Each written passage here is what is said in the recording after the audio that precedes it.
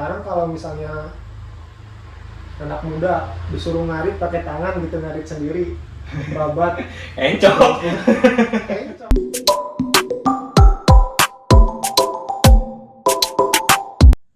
Hari ini di sore hari ini bulan apa Ki? Juni ya? Bulan 6, iya. Juni tanggal 6. Ini saya dengan teman saya yang bernama Augie Ahmad. Dia ini lulusan dari mana Ki? Lulusan Brawijaya. Oh, lulusan Universitas Brawijaya. Jurusan apa di sana? Lulusan pertanian. Jurusan pertanian. Gimana keseruan kuliah di sana Ki? Di sana kuliah ya yang paling seru sih ngajar ya. Ngajarnya? Ngajar. Itu waktu apa praktek di lapangannya gitu? Iya, waktu ngasih praktikum ke teman-teman mahasiswa lain gitu. Teman-teman mahasiswa lain. Widih, keren. Itu ke adik tingkat apa gimana? Iya, ke adik tingkat. Ke adik tingkat. Adik tingkat. Berarti banyak yang cantik-cantik gitu. Semester 4 lah gitu. Banyak yang bening-bening adik-adiknya gitu. Yang bening ketawa dia. Kalau yang kuning nanti dibawain oleh-oleh. Oh, itu ke lapangan tuh semester 4. Semester 4. Semester 4. Emang itu Enggak, semester 6. Mm-mm. Ngajar yang semester 4. Oh, waktu Augie semester 6, ngajarnya semester 4. Iya. Itu ke sawah atau tembakau kan di Jawa Tengah, Jawa Timur ya? Di Jawa Timur. Jawa Timur. Banyak perusahaan tembakau gitu kan? Banyak Mm-mm. gudang garam, dekat sama gudang garam. Iya. Tapi Terus nggak ke sana sih, nggak langsung ke lapangan gitu. nggak langsung ke lapangan. Itu Iya. prakteknya di pertanian apa tuh?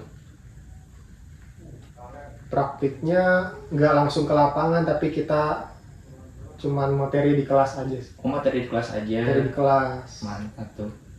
Tuh Augie waktu apa? Praktek lapangannya kemana Ki? Waktu praktek lapangannya itu ke Malang. Ke Malang. Malang ya. Berarti Unbrau ke Daerah Malang. sebelum Batu Pujon namanya kalau nggak salah. Itu jarak berapa lama tuh? Ya paling ke sana itu sekitar 2 jam lah naik angkot sama barang-barang semua. 2 jam naik angkot. Heeh. Mantap, seru ya. Iya.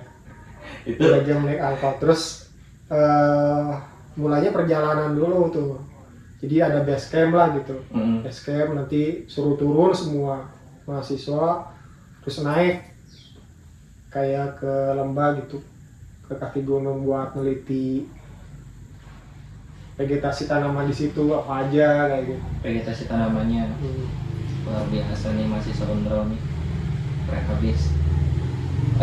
Katanya Ki, pertama-tama bisa motor kupling tuh waktu praktek di lapangan. Iya, itu gimana ceritanya bawa kopi tuh?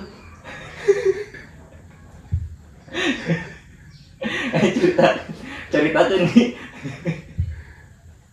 ya dulu kan awalnya tuh di sana cuma ada motor kopling doang. Motor ada juga motor bebek gitu. Itu juga baru bisa di sana. Baru bisa di sana. Iya. Soalnya kan biasa pakai motor matic gitu.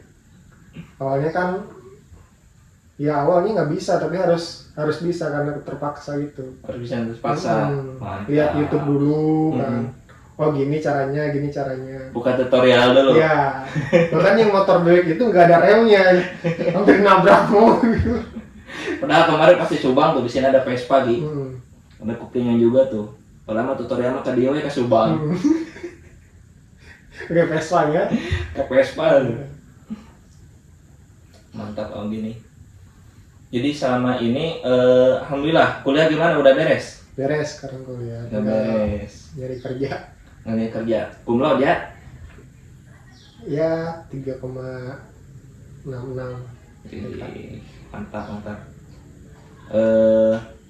Tapi planning Augie nih, Augie kan ada di dunia pertanian ya dia. Yeah. Planning Augie nih kalau apa ya, ide Augie nih untuk pertanian Indonesia ini kedepannya kayak gimana Gi? Kalau pertanian Indonesia kan cenderungnya itu sekarang lagi gencar-gencarnya tentang swasembada pangan ya. Banyak Oh, yang kemarin kayak contohnya pembukaan itu ya, lahan baru. yang Gerina itu ya, Iya, yang sama Ustaz Adi itu ya. iya. Mm-mm.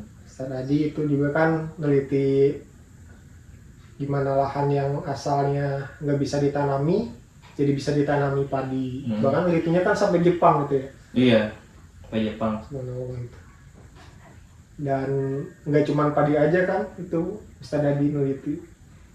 Tapi ada juga yang lainnya kayak jagung juga ada. Jagung juga. Sayuran. Itu sekarang yang lagi gencar-gencarnya lah.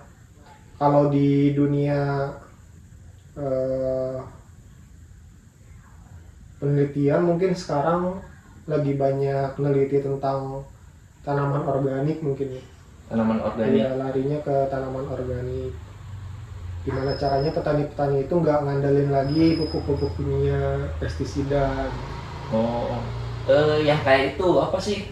Yang video Bapak itu pada itu yang apa pakai NPK Mutiara, tapi situ tuh bahan-bahannya tuh organik semua Gi. Iya itu. Aduh lupa bahan-bahannya apa teh. Bikin sendiri kayak gitu kan pupuk-pupuk organiknya. Ya dari tulang-tulang misalnya dari tulang-tulang kayak tulang ayam, tulang sapi gitu. Terus dipakai M4, pakai bakteri, atau juga dari kotoran sapi gitu kan, pakai bakteri dari tanah gitu.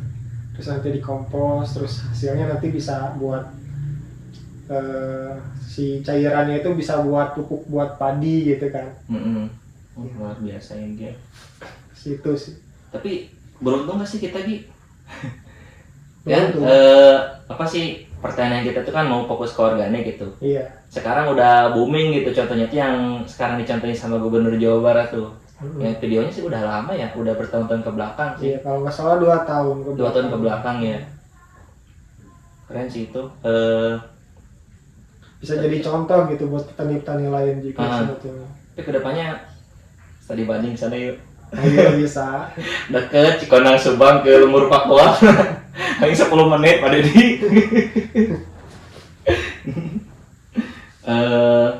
Perihal itunya dia. Tapi untuk potensi ya Gi, potensi Indonesia kalau di pangan itu kira-kira kalau untuk ekspor nih apa Gi? Kalau menurut pandangan Augie nih? Sebetulnya apapun bisa karena luas lahannya kan masih luas sebetulnya. Kalau misalnya dimanfaatin secara baik gitu kan, terus petani-petaninya sumber daya manusianya udah disiapkan, ya bisa aja untuk menjadi pengekspor gitu. Contohnya kan kalau misalnya di luar negeri aja kayak di Vietnam, Thailand, itu mereka dengan luasan yang kecil aja udah bisa menjadi pensuplai. Iya. Negara-negara maju efektif ya dia lahan garapannya ya. Efektif, terus teknologinya juga bagus, sumber daya manusianya bagus. Keren. Iya. Mungkin yang harus dipelajari itu gimana caranya transfer informasi kepada petaninya itu. Transfer informasi kepada petaninya. Iya, kalau pemikiran saya gitu ya. Ini pemikiran aku.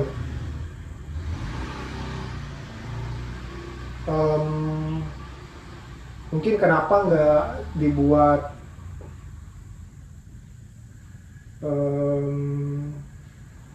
R&D aja gitu. Badan riset gitu khusus buat di pertanian. Nah, nanti mungkin bisa dikembangkan lagi dari riset itu. Misalnya ada nih produk-produk pertanian yang dihasilkan oleh plat merah atau dari pemerintah lah gitu. Terus nanti dijual secara masif, terus kan nanti dari situ dapat informasi juga, misalnya dari sales benihnya, dari sales atau pembimbing pertanian organiknya gitu. Nah nanti dikumpulkan gitu dari hasil wawancara, dari hasil penyuluhan gitu, nanti dikumpulkan informasinya dan bisa jadi suatu keputusan gitu untuk pemerintah gitu. Mungkin bisa dibuat seperti itu juga. Iya. Tapi kalau menurut Augie ya, ini kan Augie ini kan apa ya, jurusan pertanian gitu, yang dimana kalau di era sekarang ya pemuda-pemuda kayak seusia kita tuh jarang banget kalau ke pertanian gitu. Jarang sih, hampir Iya. nggak ada bahkan. Emang itu kalau yang Augie pribadi rasain sendiri tuh gimana tuh Gi? Menurut pendapat Augie, apa sih yang membuat generasi kita gini tuh Gi gak apa ya, kurang respect gitu ke pertanian tuh? Pertama karena memang capek ya bertani itu, jujur capek banget bertani itu. Capek banget. Iya, lebih capek.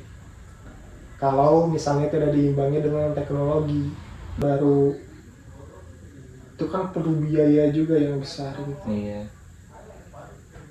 Ya paling benar itu memang programnya food estate itu, food estate, tapi memang harus dilakukan secara profesional sih itu. Profesional. Iya. Mungkin kalau gitu mah apa ya, lebih ke belajar langsung melakukannya dia ya, termasuk petani-petani yang sudah jelas sering action di lapangan gitu ya. Iya. Menarik sih ini, untuk apa ya, selain ini juga sedang difokuskan sama Presiden Prabowo Subianto mengenai gerakan Gerina ya, ditambah hal ini pun apa ya, masih perlu ya dari kitanya sih, kalau di pemerintahnya mah udah oke gitu, dari kitanya gitu, dari generasi ya usia 25, 23-an untuk terus apa ya, untuk terus ikut ngeriset dan ikut terjun ke lapangan dia. Iya. Tapi kalau menurut pandangan Augie, hal apa sih Gi yang bisa membuat kita nyaman di pertanian tuh? Hal apa sih yang membuat kita bersemangat gitu di pertanian tuh? Sementara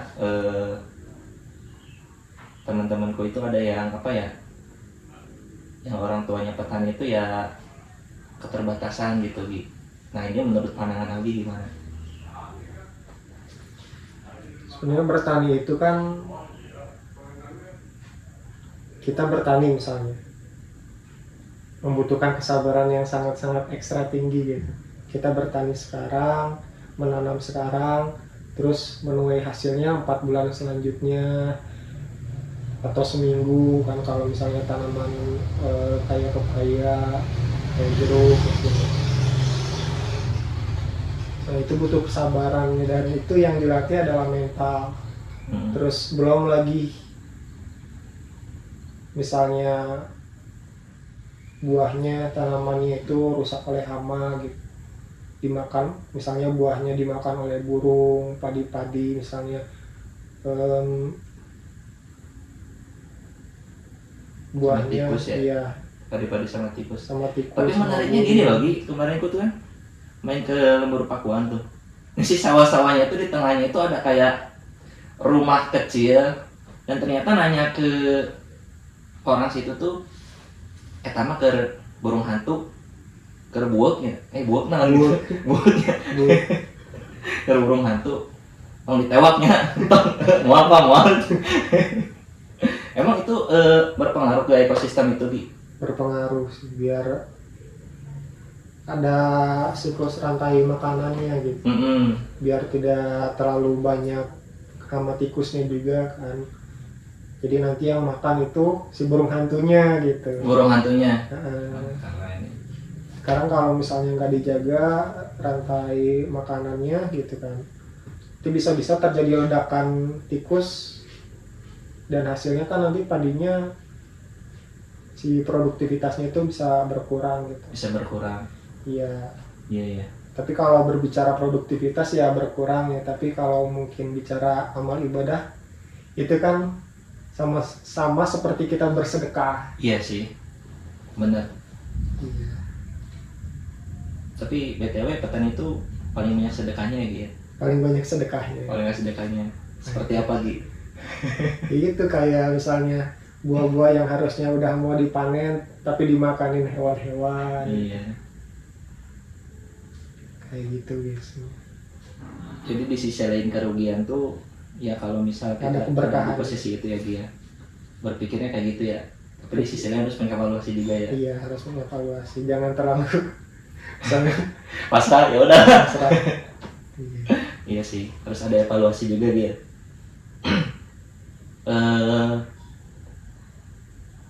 Perihal apa ya Gi?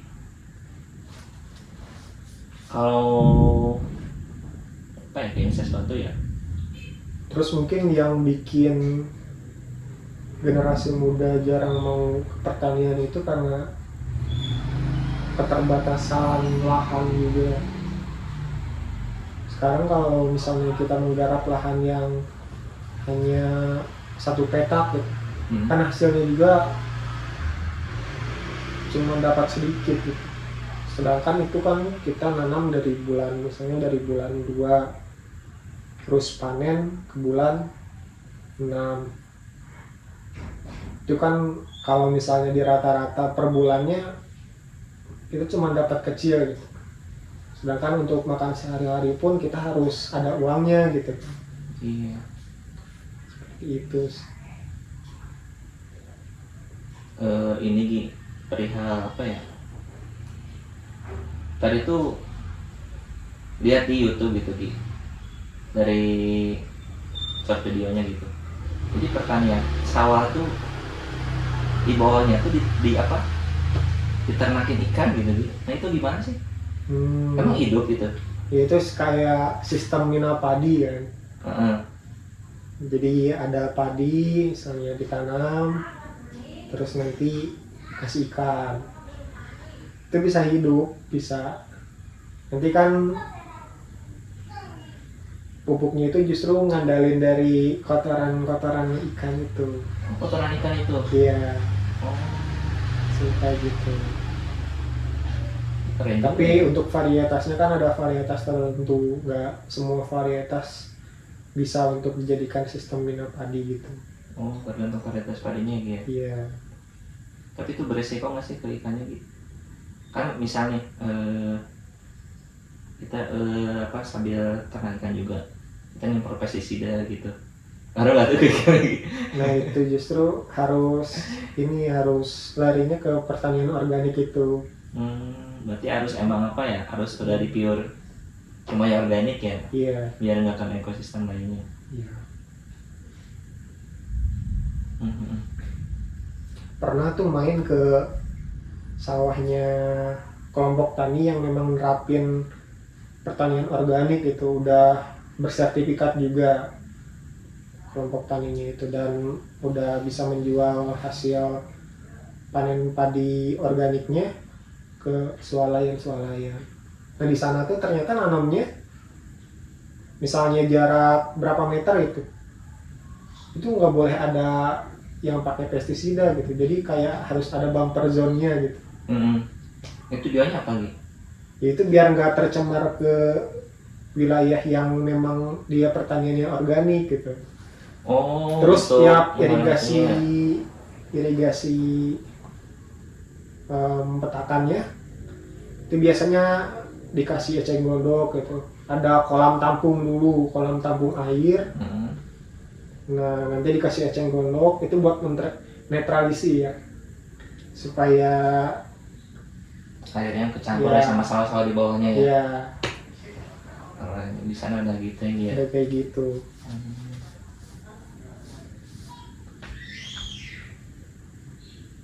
Tapi kalau misalkan kita ngelihat di pertanian Jepang gitu, itu menurut pandangan Awi gimana gitu? Kan di sana mah udah jelas lah teknologi mah gitu kan.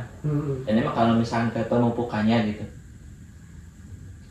cara pemupukannya ya sama aja sih sebetulnya. Sama aja. Cuma mungkin yang membuat maju di sana karena dikuasai oleh orang-orang besar gitu yang punya modal. di lahannya juga luas, mereka punya modal, terus tidak akses ke pupuknya juga nggak susah gitu aja sih. Keren juga ya. Oke deh, kalau berikutnya mah kita lanjut lagi di episode berikutnya teman-teman. Saksikan ya.